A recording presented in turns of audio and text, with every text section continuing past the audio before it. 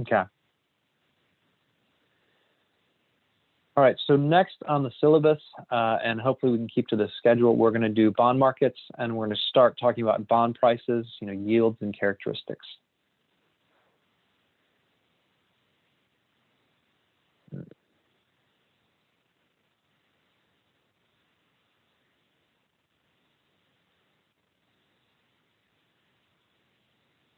All right. Here are I just posted the PDFs just a few, about an hour ago, I think, within the last hour. Here are the questions that I would highly recommend doing. So we're going to go through 3 different parts of the bond market. So we're going to talk about treasury securities, municipal bonds, which will be very short, and we'll talk about corporate bonds. All right, so treasury notes and bonds. What people might call them is bullet bonds. When people say bullet bonds, that just means that the payments are, when the bond is sold, they're literally listed in bullet points because they're predetermined. We already know what the coupon rate is. We already know what the payment dates are. So we know how much interest is going to pay on each date. So treasury notes and bonds, there are 2-year, 3-year, 5-year, 7-year, 10-year, now a 20-year and a 30-year. And the 30-year is typically called the long bond. So if you talk to people who work in financial markets and they say the long bond, they're talking about the 30-year U.S. Treasury bond. I don't know why the nomenclature is that we call these 2 to 10 are Treasury notes, and then the 30-year is a bond, and they're all forms of debt securities, which are bonds.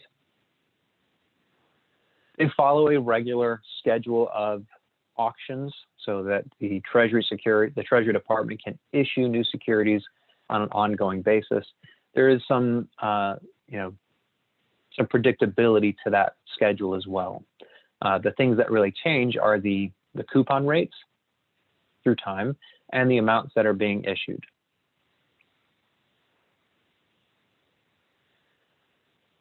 For all bonds in the United States, in U.S. financial markets, they are semi-annual coupon payments. They pay about every 6 months. I say about because sometimes the payment date that should have occurred will end up being on a holiday or a weekend. And so there are some changes where they have to push it to the following business day. And so they're not perfectly consistent every 6 months exactly, but they're pretty close. Day count convention for U.S. Treasuries is actual in reality. Typically in this class, I will follow a 3360 just because it makes things easier. I don't need to test your ability to write an algorithm.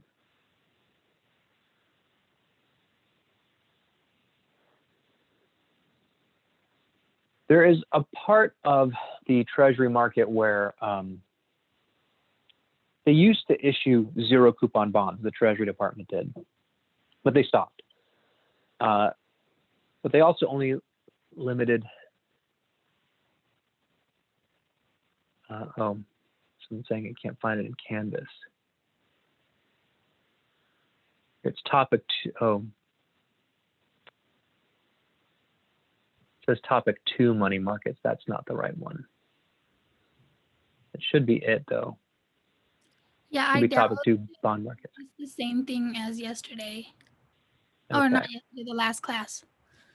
Yeah, I'll fix that. Yeah.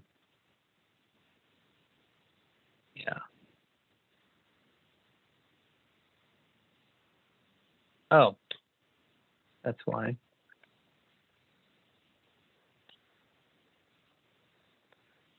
That would be why.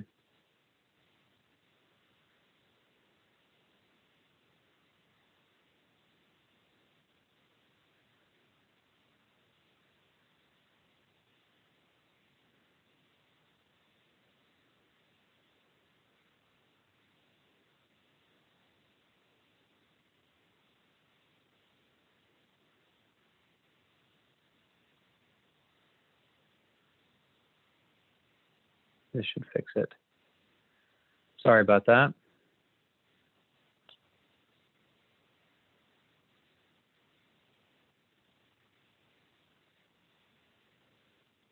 Okay, now it should be fixed.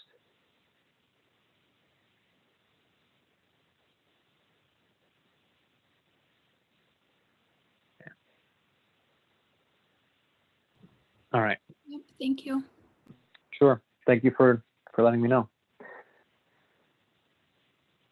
All right. So zero coupon bonds have an attractive quality, especially for people who are hedging or speculating.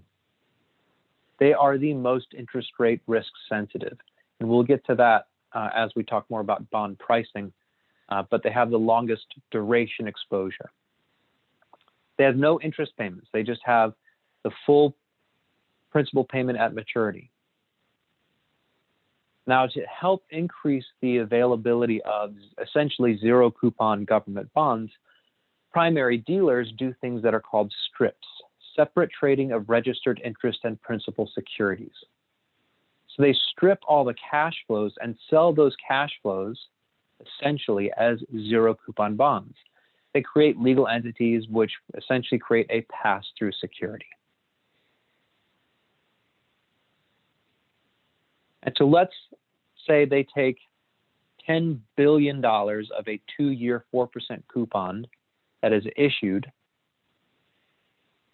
And let's just ignore the actual day count convention and just say that it's 4% coupon. So every 6 months, there are $200 million of cash flows from those coupon payments from this $10 billion of principal or par value bonds. So what a primary dealer would do is they buy these bonds and then they separate all these cash flows and say, okay, well, we can sell $200 million in 6-month zero coupon strips, $200 million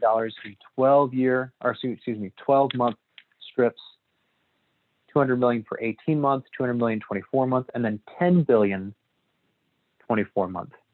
Because they have the interest of $200 million, but then they also have the principal of $10 billion that they can sell as essentially zero coupon bonds.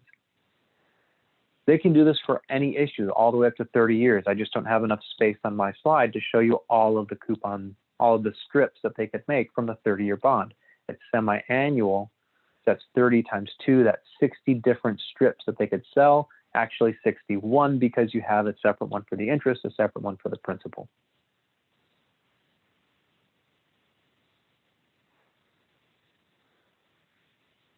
Now, the types of investors that tend to use these most are actually going to be institutional investors, predominantly life insurance companies, because they can much better manage their expected payouts, because when they have a large pool of insured individuals, they can actually do a pretty good job of managing their payout risks, their expected liabilities.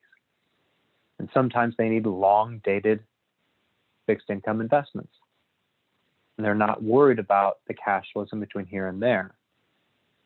They just want the one cash flow at the end of the bond.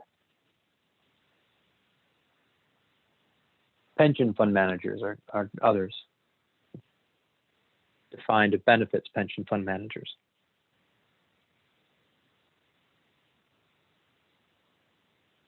So strips are a way for primary dealers to provide zero coupon bonds to investors that want them. They take a small fee, but because these are pretty easy to construct, there's nothing risky about this for the primary dealer's perspective. The fees are going to be pretty small that they take. And they're also doing it on a very large notional amount, 10 billion. That's probably pretty easy for them to do.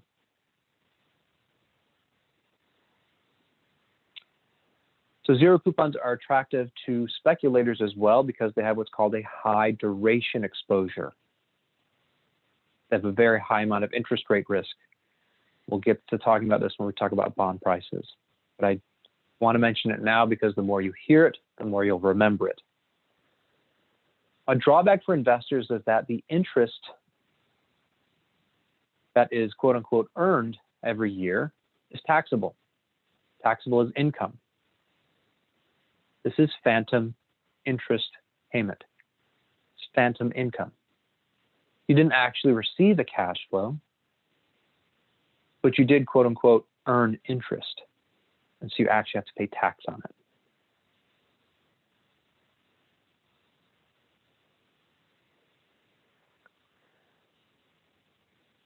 Another form of treasury security is something called TIPS. So the other one that we talked about, just the typical vanilla treasury notes and treasury bonds, those are fixed income. There's a set principal amount. There are set coupon amounts, coupon payments. Everything's known ahead of time. About 20 years ago, give or take, the U.S. Treasury Department decided to issue TIPS, inflation-protected securities. These are indexed. In the UK, they call them linkers. They're linked to some measure of price changes. And essentially what this does is they link the principal amount to an inflation index, a price index.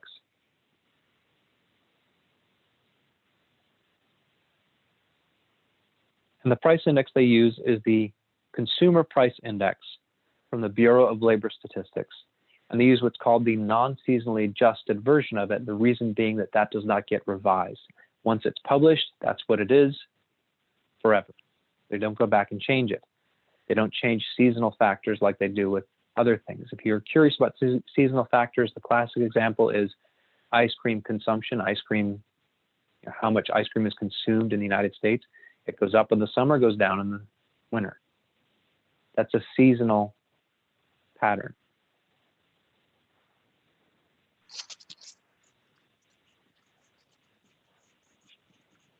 Does anyone have a question? There is a problem with this. We just this month, January, got the December release of the CPI. But the Treasury Department needed to already know how much to pay for the month of January, starting on, back on December 31st, because they needed to essentially start accruing it. Investors need to know that ahead of time so that they can actually know how much to pay for the bond. So since they didn't have January data available on December 31st, obviously, they also didn't have December data available on December 31st. They had to use the November CPI information to determine the change in principal and the interest that will be charged on that principal for the month of January.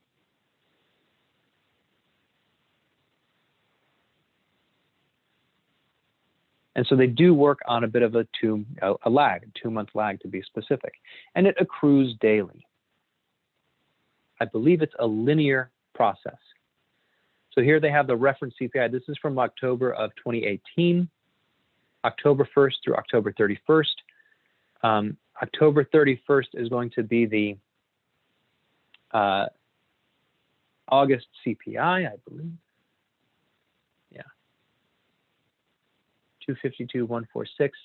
That's 252,146 will be the value on November 1st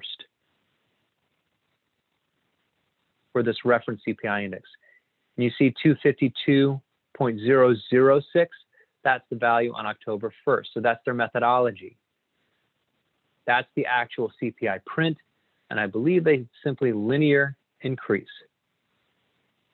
all the way up.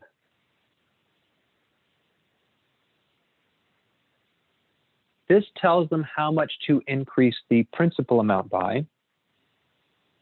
It also tells them the amount of interest that's going to be accrued on a daily basis.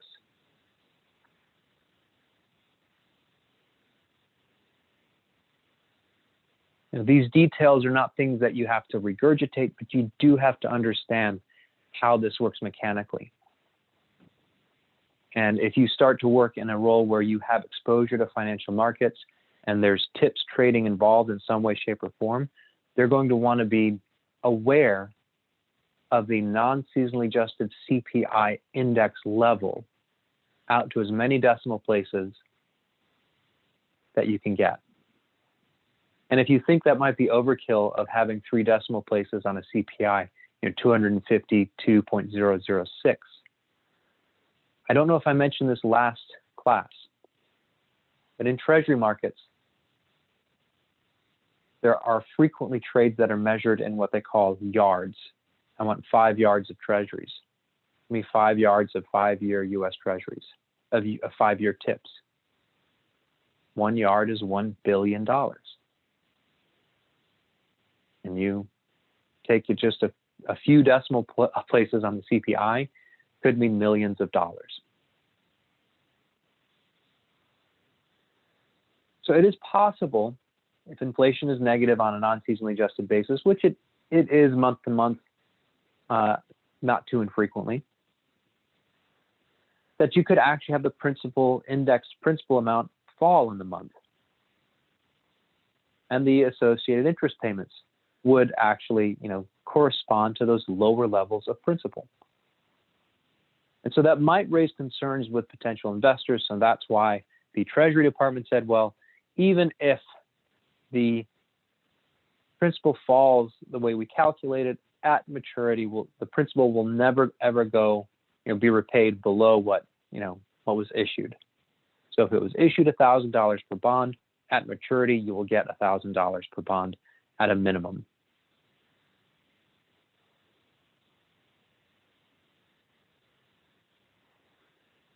Coupons that are paid, they're taxed as income. That's interest income. So it gets taxed just like regular income. What about the principal? The face value of those bonds, the principal value or par value of those bonds, has also gone up. The investor did not receive that payment, but the investor is going to have to pay tax on that increased value of the bond. That's phantom income, another form of phantom income. So you have it for 0 coupon bonds, you have it for inflation-linked bonds, inflation-indexed bonds. Any questions?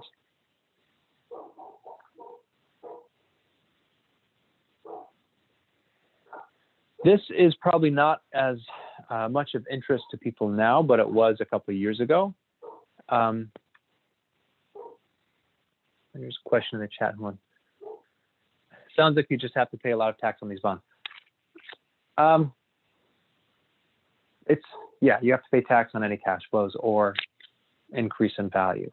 It's actually not as great as you think, and if you actually work through the math of a TIPS and a nominal treasury yield, treasury security of comparable maturity,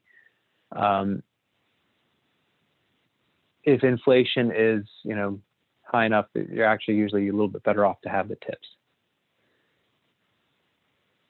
Capital gains, that would only be incurred capital gains tax if you sold early at a profit that was beyond what you were already taxed. So that would mean that interest rates fell significantly and you sold and you had to incur a capital gains tax based on the price appreciation. That gets a little bit tricky. I don't know the specifics of how it would work with a TIPS security. How would you actually determine, well, what part of it was capital gains, what part of it was increase in value from inflation, which would be taxed at a higher value. But the face value you receive at maturity, you would not get taxed on because you've already paid tax on that. You only have to pay tax on the interest income.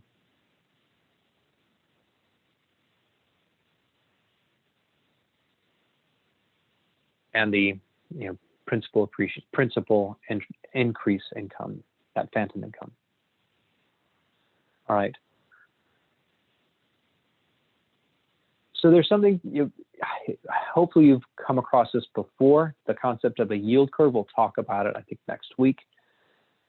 The yield curve is simply a menu of interest rates for the time horizon. So it can be a menu of borrowing costs or lending returns, starting with 1 month, 3 months, 6 months, 1 year, all the way out every year to 30 years. Now, the U.S. Treasury yield curve, where you look, it's going to be the x-axis is the time to maturity, the y-axis is the yield, and usually you have an upward sloping curve. I didn't put one on here. I'll have to do that for next time. Let me see if I can draw a line. I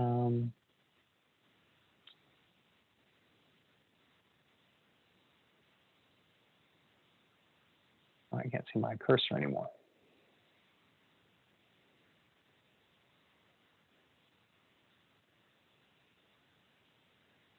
Oh, I did get it there. Now I can't see my cursor. Let me get my cursor up here.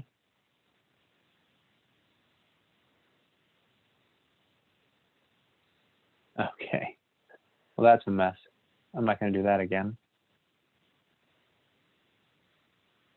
I think I find that WebEx, believe it or not, has better annotation capability on a Mac.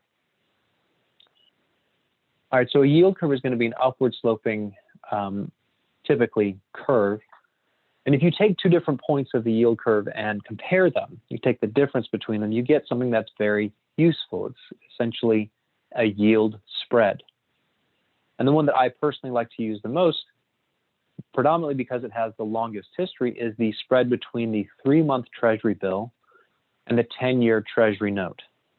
The spread of those yields through time has actually done a pretty good job empirically of calling recessions. And so there are a few false negatives where you see in the 50s and 60s there were 2. There's a false positive in the 60s. It inverted is what it's called. The 10-year yield went below the 3-month yield. But then since then, every recession, there has been a pretty clear inversion that occurred leading up to it. And I know this is going to be a subject of debate. Would we have had a recession if there were not a pandemic that started, now a year ago? I was expecting a very high likelihood that there would be. The pandemic came and threw things completely out of whack, so I'll never know whether or not this was a false positive without pandemic. Don't know. But it's something that was talked about a lot in 2019 because a lot of people were saying, oh my gosh, yield curve's inverted. Some people said that's not a big deal. Things this time is different. A few people took a little bit of heed to it, but you do have to be careful. Even though it looks like it's right there near the recession, these gray shaded bars, that's recessionary periods, it's actually about 1.5 to 2 years ahead of time. So timing it based on this indicator, it's not going to be the best. So you do have to be careful. All right.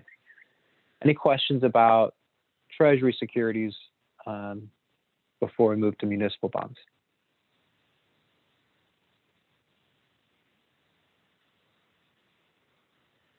Do you think there's going to be a strong pent-up resurgence of demand? Or do you think they'll be held together by stimulus, printing, and QE? I have no clue, to be perfectly honest. I have no clue if there's going to be a resurgence in demand or if there's going to be a double dip recession where we have, I think that the recession that we went through is now over. Recession is decline. Even though unemployment rate is still elevated, it's actually falling. That's indicative of growth. We've seen GDP growth go positive. We've seen employment growth. So we've seen a lot of things turn around. The question I have is, will we actually be able to sustain that through this? That is a big open-ended question to me. So, we could see, growth remain positive and things continue to get better. There is also a very real possibility that there are more issues to come, more problems to come, even though hopefully we're to herd immunity by the second half of this year.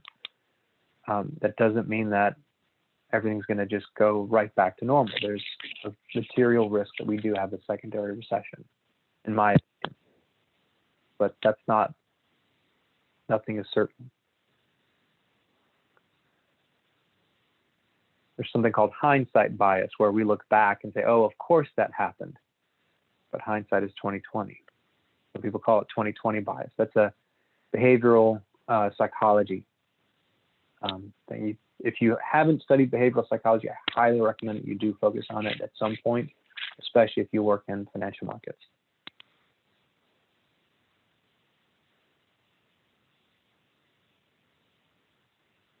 2020 is in hindsight, not far enough. Unemployment is still high. Relatively speaking, yes.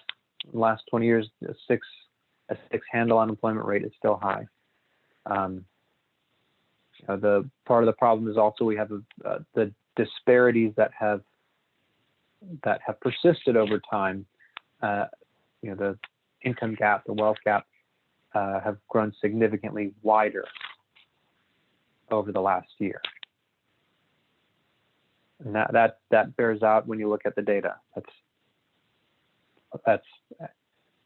kind of difficult to try and avoid admitting that that's gotten bigger. All right, we'll continue on to municipal bonds. This is a very short section. Really, the important thing about muni bonds is that they are predominantly state and local government entities, so they're issuing bonds backed by certain things. Sometimes it's the ability to tax, sometimes it's a utility that's owned and operated by the municipality. There are several different types. You don't have to remember these. General obligation, this is from another textbook that I use, but I do find them useful. The important thing is that most municipal bonds have some form of tax-exempt status. The federal government said, oh, okay, well, to help support local and state municipalities and governments, we will make municipal bonds in general tax-exempt. And so that brings up a problem when you're trying to compare a taxable bond to a tax-exempt bond. So let's do a quick example. I'm just going to make this up, so we'll see.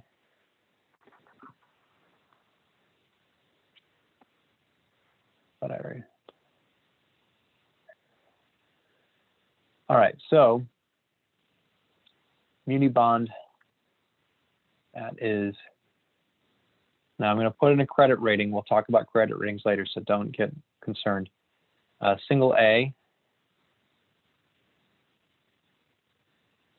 rated, and 5 years from maturity, is trading with a yield of 1.8%.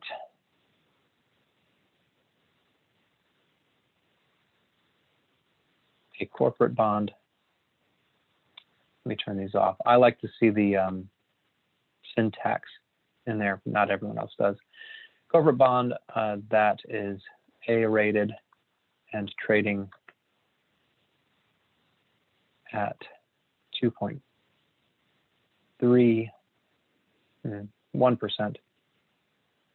Add in zeros here. 5.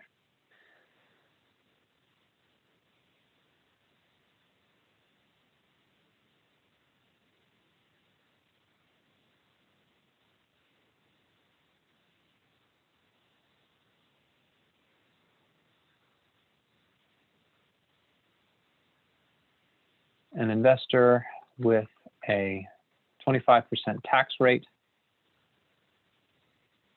is, sorry,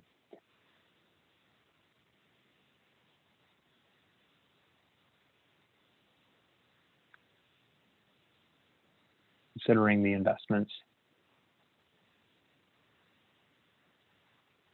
which one is better strictly from a yield perspective?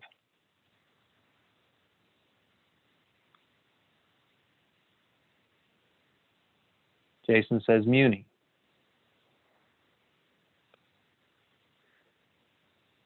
All right, let's work through the math. I think it is. But you have to see how this works. So if you were to, you can do this one of two ways.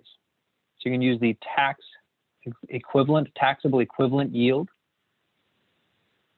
where you say, okay, the muni bond, so you take 1.85% divided by 1 minus the tax rate equals, let me pull a calculator so you can see it. I'm on the App Store.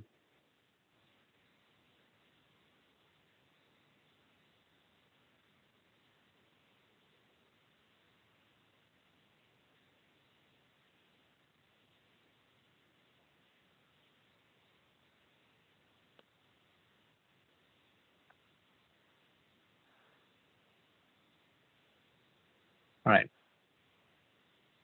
1.85 divided by 1 minus 0.25 is 0.75.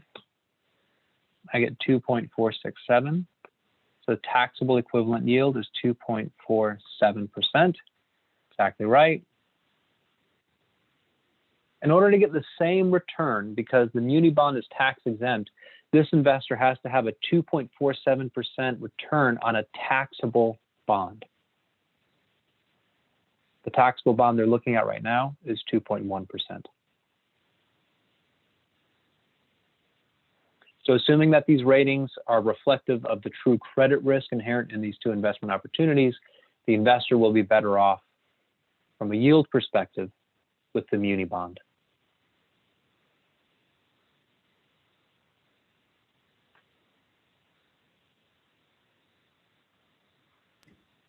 Can you repeat that one more time, please? Sure. So taxable equivalent yield for the municipal bond tells you, for this investor with a 25% tax rate, what's the yield they would have to get? What's the return they would have to get on a taxable investment that would put them on an equal return profile for this tax-exempt municipal bond? Think about it this way. What is the after-tax yield on the corporate bond?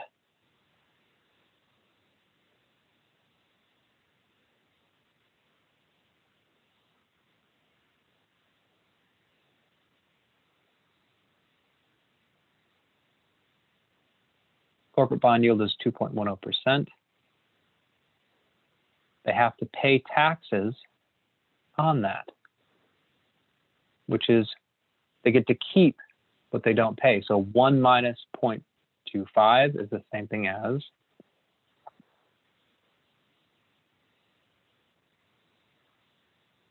they get to keep the remaining 75%.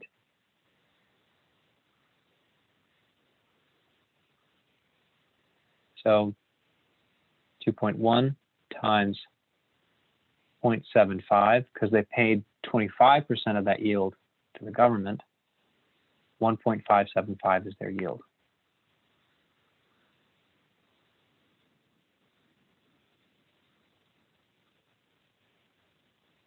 This is the after-tax yield. I don't have to pay tax, or the investor doesn't have to pay tax for the muni bond. They get to keep the whole 1.85%. Okay, makes sense. Thank you. So this is the taxable equivalent yield. It's not the actual yield, but it's essentially saying, okay, in order to get a similar return profile after tax, that's the yield they need to find. Anything below that, they're better off with the muni bond.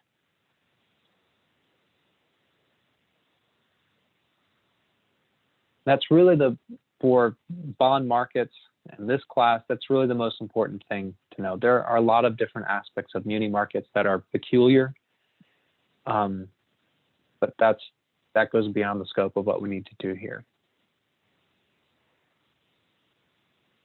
Any other questions about muni bonds, or if you want me to go back to something about treasuries, I can.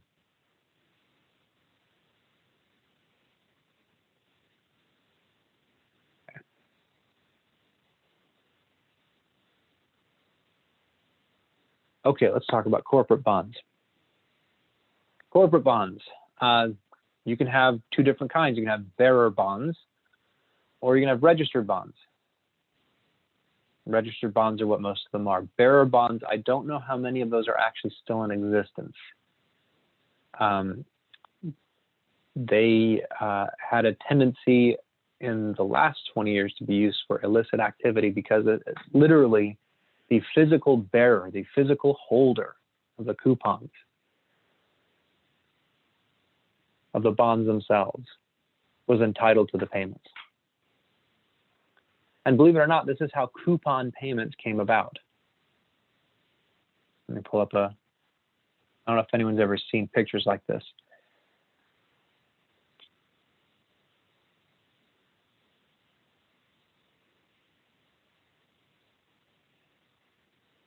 There are actually literally coupons. And in the old days, if you bought a bond directly from the US Treasury, you would literally get a physical booklet of these coupons. And it tells you, can't see it because of this window, date, dollar amount.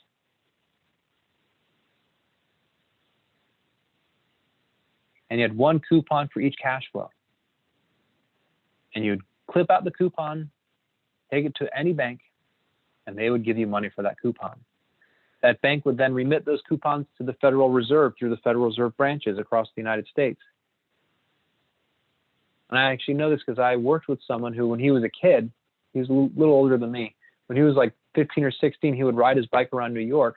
He was working, I can't remember what bank he worked for, but they would give him this giant manila envelope.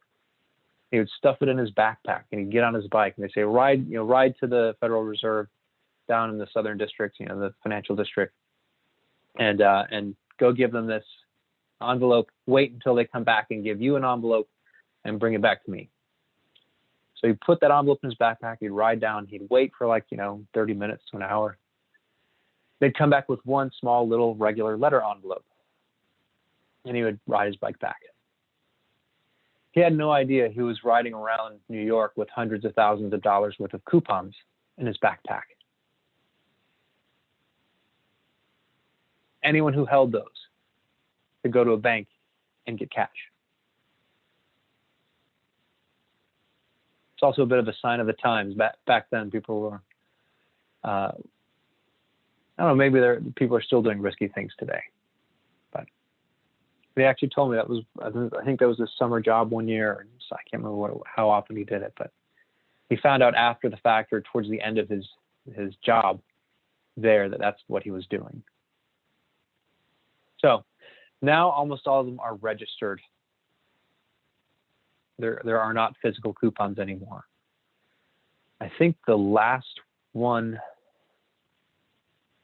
I think there are still some 30-year bonds that are still bearer bonds with physical coupons, but most of them are held in custody at banks.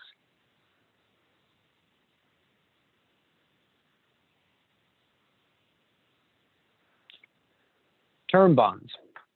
Full principal is repaid at maturity. These are also called bullet bonds. Senior versus subordinated. This actually, Transocean got in a little bit of trouble a few months ago because they effectively subordinated some of their debt holders. They did it through using some assets as collateral, essentially. But there might be some covenants about subordination in existing bondholders. Bondholders do not like to be subordinated. What that means is that they are pushed lower in the repayment priority rung. So the way that, when a company defaults, there is a pecking order, a priority order of who gets first dibs on the assets. So it's always going to be, I think taxes go first, But if the company had to default, they probably were incurring losses, so they probably don't have much in tax payments to make. Okay.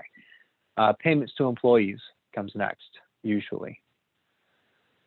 Then it's bank loans with collateral. So let's say there's equipment that was that they financed with a loan. The loan will probably say, well, this big piece of machinery is collateral, just like a mortgage, the house is collateral. Then there's uncollateralized bank loans, typically are next. Senior secured debt holders, senior secured bond holders, so bonds that have collateral behind them. Senior unsecured, subordinated debt comes next. Then preferred shareholders, then common equity shareholders. I'll go through this again. I'll put it on a slide too. But that's essentially the main pecking order that you would see. Common equity shareholders bear a lot of the risk. They also get typically the highest returns, highest return potential at least.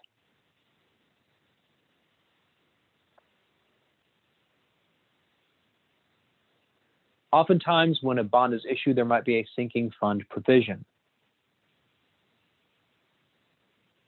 The bond issuer will have to set aside some cash in a separate fund. Usually this is going to be a bond issuer that is a little bit riskier. It provides some sort of an assurance to the bond investors that there is money set aside they do it on an ongoing basis. Every quarter they set aside some money that will be able to be used to pay back the bonds. It's also very common when there are bonds that have embedded options, like a call option or a put option.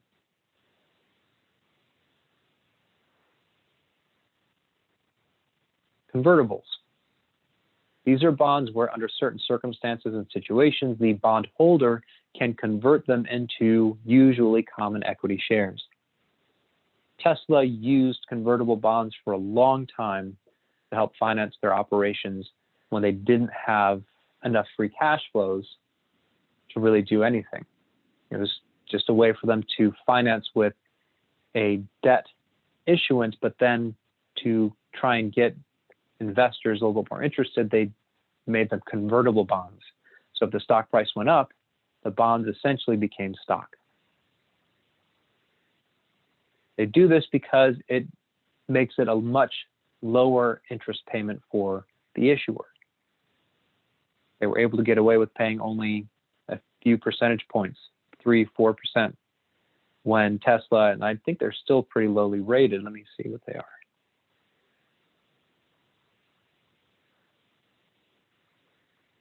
They are rated single B, double B.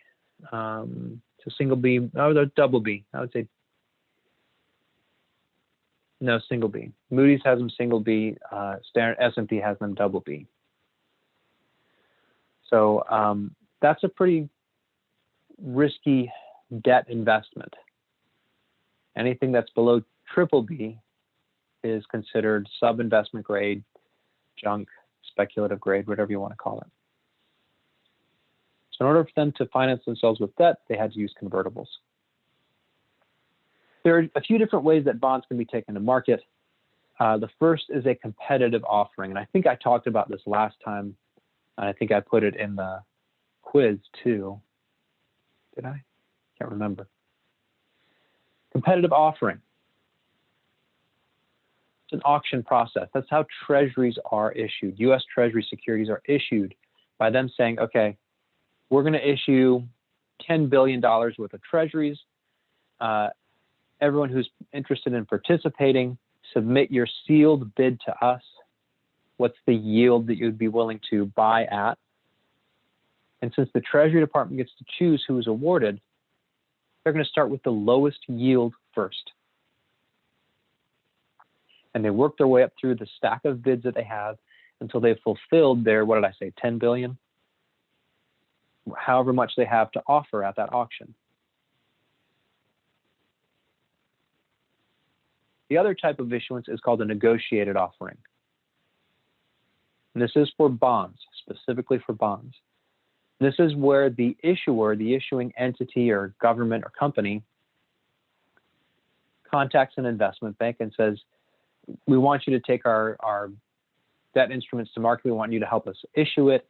But we also want to make sure that you get us the best price we can get, meaning the lowest yield, the lowest coupon rate, the lowest interest rate.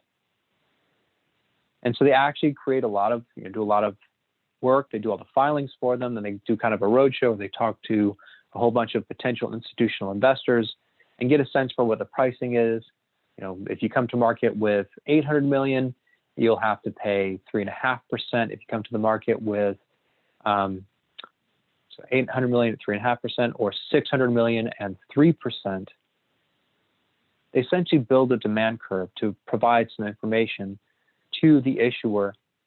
If you start to issue more, here's how much more in interest you will have to pay in order to issue that much in debt. It's a lot more work. Investment banks actually like to do that work because they get to charge a lot more money. Somewhere in the neighborhood, depending on the issuer, depending on the time of the cycle and the competitiveness, anywhere between 3 percentage points to 8 percentage points of the actual proceeds go to the investment bank. The investment bank has to share it with what's called the syndicate desk. I can talk about that in office hours because that's not required. So they don't get, the lead left book running investment bank doesn't get to keep all the proceeds. They do have to share it with the other investment banks who helped bring it to market. Most corporate bonds are issued in a negotiated offering. That way they don't run afoul of, oh, well, we're issuing on the same day as another company that's very similar to us. Ooh, that's a mistake.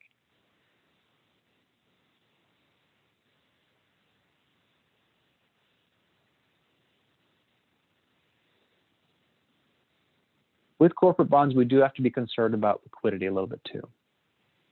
You typically do not have to be concerned with liquidity in treasury space, although there are certain events in the last year where liquidity actually was an issue even in treasury securities.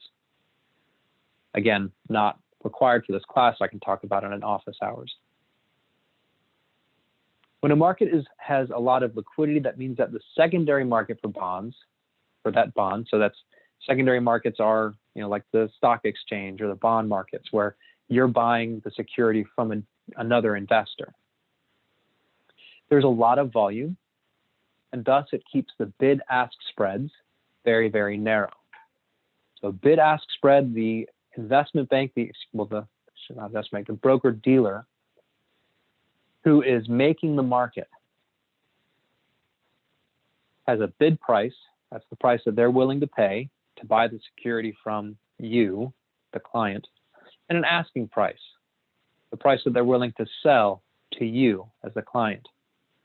The bid price is the price that you would have to sell to them because they're buying it from you.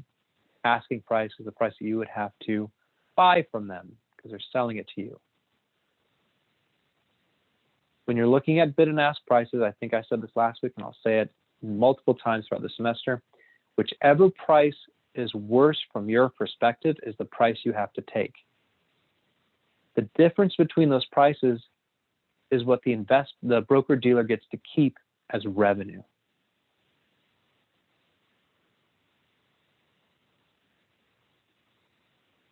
So that difference is their revenue. That's their revenue for making the market, for providing the service to you, except for the times that they can't for risk management reasons. You can be upset at that as you want.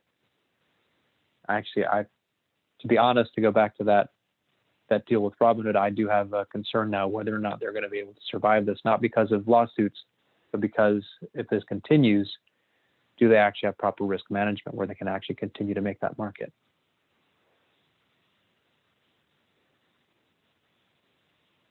Sometimes you'll see what's called thin market trading. That's a term that you may come across. Thin market trading. Thin market or thin trading. That just means that there's very little liquidity. If there's very low liquidity, then the bid-ask spreads get really, really wide. But sometimes there may be no bid. That's a very scary thing. That's essentially what Robinhood did. Only there's no ask. We don't have any shares to sell. You can't buy it from us because we don't have the capacity to actually deliver the shares. In 2008, there was a big problem of there being no bids. No bids for certain securities, certain debt securities. No one wanted to buy them. Everyone wanted to sell them. So that graph you see for GME and BB and BBBY and AMC, invert it, 1 over that. That's what it looked like. In March of last year, things got so wonky and there were a lot of things, and again, I could talk about in office hours. I won't talk about it here, but the end result is that bid-ask spreads on treasuries. Let me show this to you. It'll be more meaningful. When you look up at the treasury market, you will see, let's actually pull some on-market quotes. This is what I see right now in my on-market quote for the 10-year.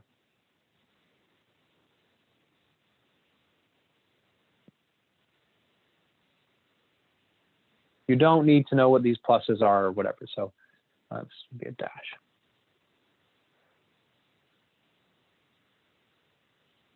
Has anyone ever seen bond quotes like this before?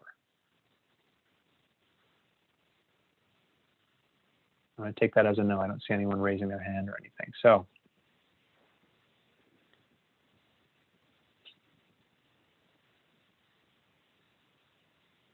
these are points.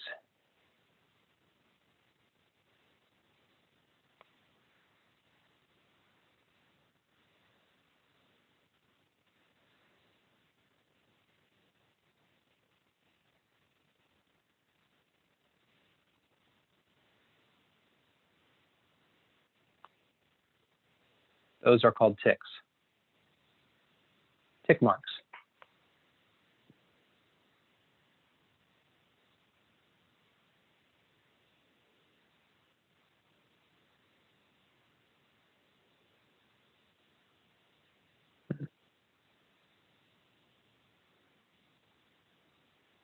One point is literally a percentage point, or you could say, cents on the dollar, or dollars per $100 of par value. A tick is a little bit different.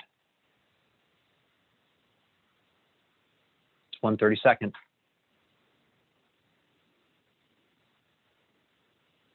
And if that puzzles you a little bit, where did they pull out 1/32?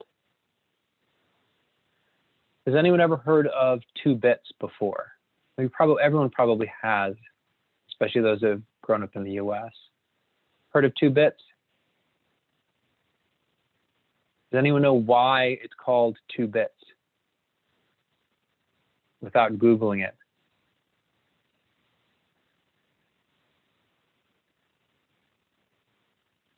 Did I mention this in last class? Booma, did I mention this? Why it's called 2 bits? Not the 2-bit, but like the first part of it, like which ones? Tick marks? Points, yeah. Yeah, okay. All right, so in the old days of doubloons, I know it's weird that it's calling it that, but the coins were made of soft metal, typically silver and gold. And people back in the day could actually literally take their knife out and cut into halves, quarters, and eighths. 1/8 is 1 bit. So 2 bits is 2/8. In other words, it's a quarter. And if you keep on cutting them in half, 8ths, 16ths, 30 seconds. It's an order of 2, an order of 1/2 rather. These little plus signs you see, that's 30 seconds, or excuse me, that's 64ths. And sometimes you may even see or you may even see that 12 1/4 tick. But this is a very liquid market here. It's only one tick between the bid and the ask.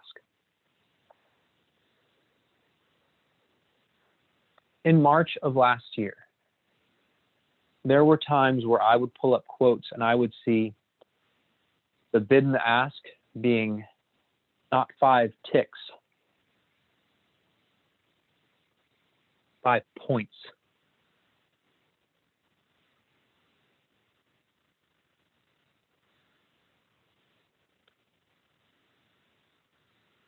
That was extremely thin trading. And I have a friend, former colleague of mine, who works at a buy-side firm, and I was talking to him, and he said that one day, this was literally the day that he got the quote, they called up a broker-dealer. He didn't tell me which one, and he shouldn't. And he said that their bid-ask spread was 8 points. 8 points. So imagine rather than a 3 here.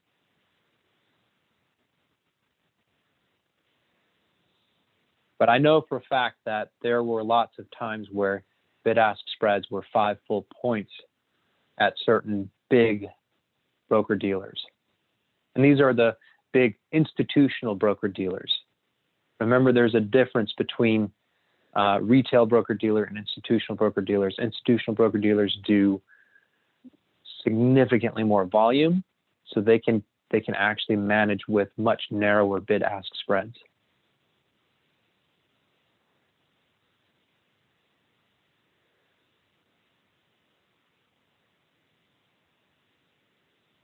Thick spreads in the market, that's the way to remember it. So usually they call them wide, is usually the term that's used, but whatever you want to remember, whatever works for you.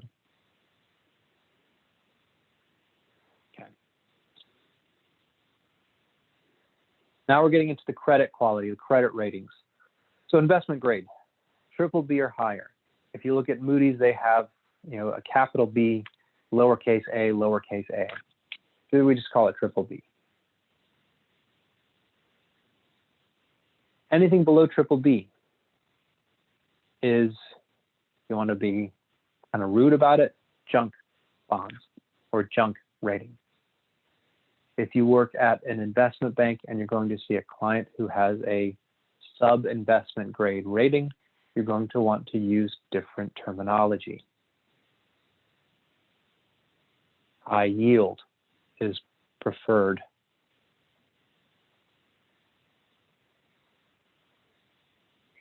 Prior to the late 70s, all corporate bonds that were issued were never issued below BBB. So if a company was below BBB, they were not allowed to issue bonds. However, through time, a company that was investment grade could migrate to sub-investment grade.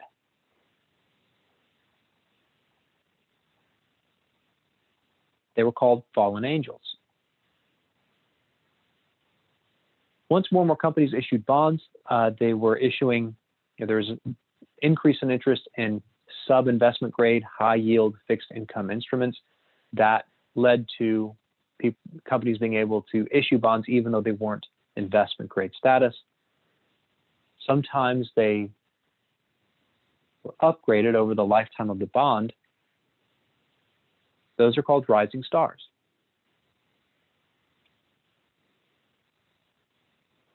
And here is a version of a bond spread. This is a credit spread, essentially. This is AAA, Moody's AAA yield spread to the 10-year U.S. Treasury. Now, I'm using the AAA yield that comes from the Federal Reserve's interest rate and market yield reports. It's called the H15 or H15. And they use the reason because they have a long history. Their AAA and BBB yields that they report through that are actually, I think, average maturity of 20 to 30 years. So there is a maturity mismatch here, but because of the history, The 10-year Treasury yield goes all the way back continuously to the early 50s. The 30-year has periods where it stops because the U.S. Treasury Department stopped issuing 30-year treasuries at points. That's also a shorter history as well.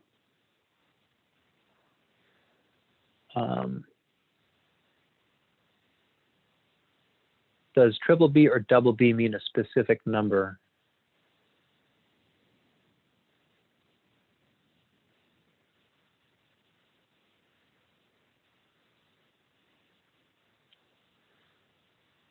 I'll have to think about that.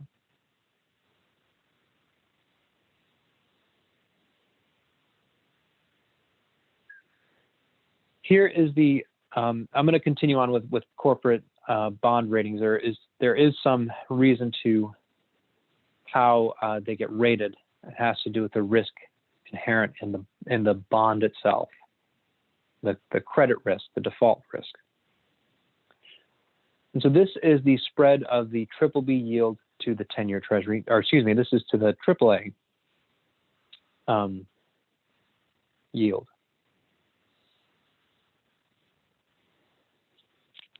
And you can see how it's always positive, and that makes sense. Triple B bonds are riskier. There's a higher risk that the company will migrate to a lower credit rating and subsequently, eventually to a default. Now, triple B is still highly rated. According to Moody's and S&P, I think it's something like a 0.2 to 0.6% risk of default per year from triple B bucket. Usually they migrate to double B, single B, and then they, from there, jump to default, or maybe there's a certain status. You can have C rated. I think Moody's, I think it's Fitch has different C ratings levels, but once you get to single B, it's not imminent, but it's extremely likely a default event will occur. You can see during periods of credit strain where this spread increases. This is a form of credit spread. This one literally is a spread between two different yields, but there are other credit spreads that are not differences in yields, but do convey credit risk. What's the measurable credit risk?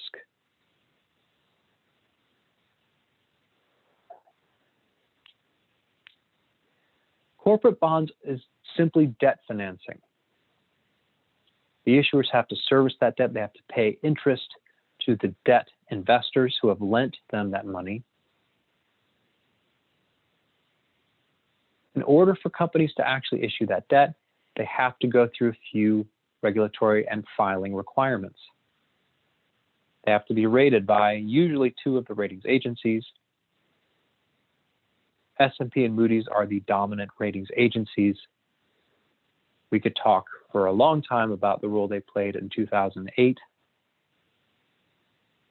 We won't. But there's a bit of a gap to the third big player, Fitch.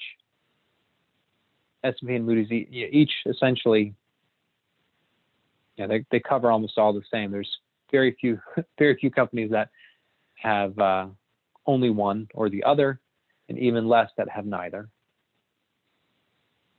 as a rating.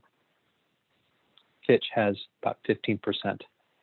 The market is rated by Fitch. And if you want to see kind of, well, how do they come up with these? They look at a lot of different balance sheet and income statement metrics. So this is Moody's, and it is from a little while ago, but these don't really change all that much through time. EBITDA, not earnings before interest, tax, and amortization, divided by average assets. So it's a proxy for cash flows, right? It's a proxy for actual income. It's not perfect, but you want to have a high level of a high percentage of return on assets, essentially, is what this is. And that's what you see. It's not perfectly increasing as you go up. There it goes 8.7 at triple B, and then goes to 10.8, then 10.2. Interest coverage ratio. How many times are they able to cover their interest expenses? Obviously, if you can cover your interest expenses 11 times, you're a pretty safe bet. And again, it's not one directional, what we would call monotonically increasing as you go up. Margin to revenue. Obviously, you want to have high profitability, high profit margins. Operating margin, again, going up.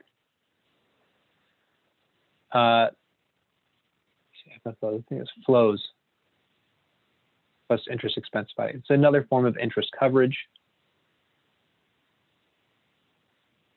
Your debt burden. So essentially, this is the inverse of leverage, essentially. If you have a lower number, you are more leveraged based on your business performance, your income performance. You can go through them all. This is actually a pretty good way of kind of showing, what constitutes a riskier company from a performance perspective. They look at, this is credit analysis. You look at income in different forms. How levered are they? Because you can't just look at margins. How much in borrowing do they have to use in order to generate those profits? And something else that's kind of interesting, revenue volatility. Higher revenue volatility typically means there's going to be a greater reliance on debt, which you can see over here, debt to book capitalization, debt to EBITDA. And here are those different credit ratings. Here's S&P, here's Fitch, has triple C, double C, single C. Moody's just has triple C, and then, this is essentially selective default, practically. I don't know why Fitch has triple D, double D, and single D. And once you've defaulted, you're default. Those would be just different stages. Have they missed their interest payment? Because there are certain triggers. Miss an interest payment, you have, I believe it's 30 days to make up that interest payment, the grace period, and then the debt holders can take the organization to court and force a default. There could be some outside of the court, some debt agreements. Bondholders can actually agree, okay, we will agree to give up 5% of our principal amount and comparable interest associated with that to restructure this debt. That would still constitute a default from the perspective of credit default swaps.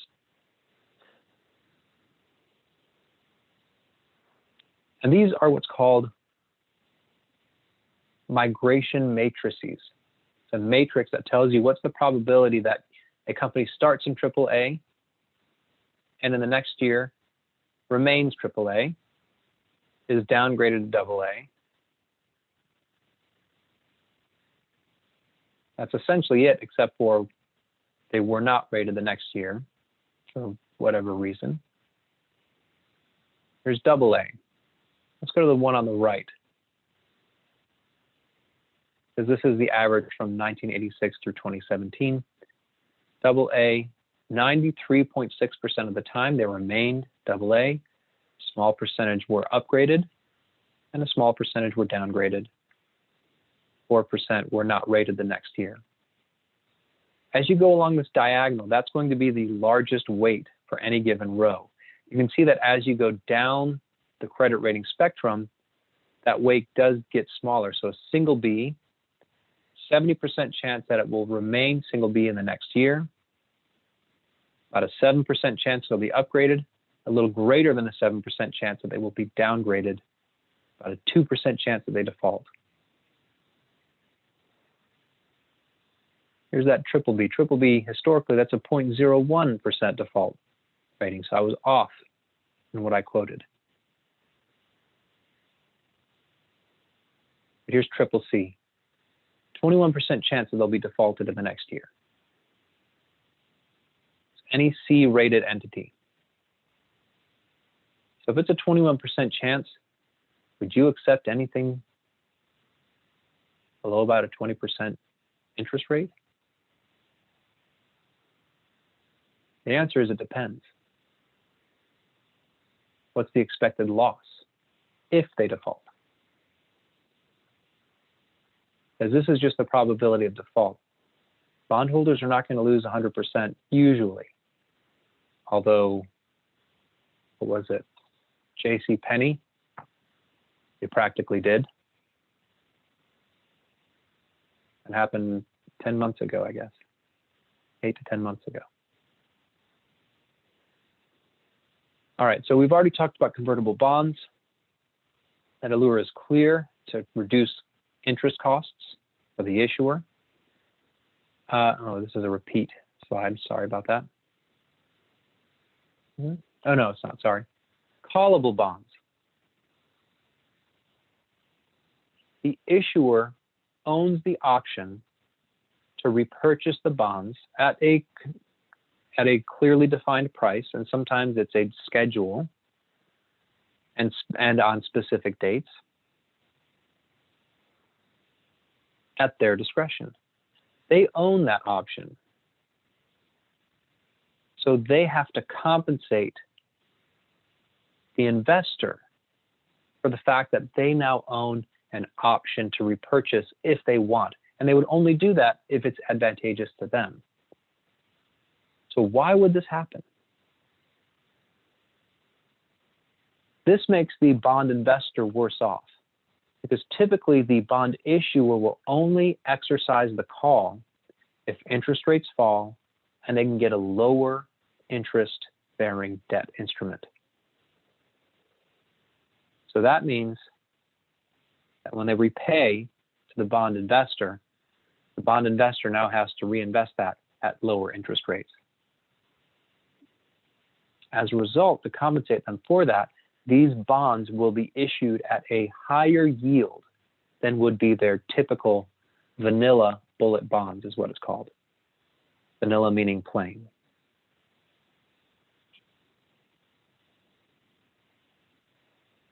The issuer is concerned with the risk that interest rates are going to fall, and they may want to refinance their debt at a lower interest rate. That's what they're doing. So the bond investors are interested in this because it carries a higher interest rate than it otherwise would. This is an embedded option in the bond. For puttable bonds, the investor can sell the bond, the issuer, subject to certain dates and periods and prices, at their own discretion. So the bond investor owns this option contract, which means that they have to compensate the bond issuer for the fact that the investor owns the option. These bonds would only be sold back if interest rates rose and the bond investor could reinvest this now put bond into higher yielding instruments of similar credit risk. In return, they'll invest at a lower interest rate. The bond issuer gets lower cost debt in return for giving up this option to the bond investor. Now, we talk about these in academic settings quite a bit, but in reality, callable and puttable bonds are a fairly small fraction of the market. In the book, the textbook, they talk about floating rate notes. That puts the interest rate risk onto the issuer as opposed to the investor. The investors might like that because if they're concerned that interest rates are going to go up, which don't know how closely you watch things, doesn't look like they're going to go up necessarily anytime soon. based on what Federal Reserve keeps on saying, but that might be a risk.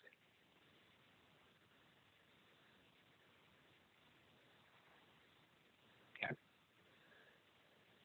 All right, it is about 7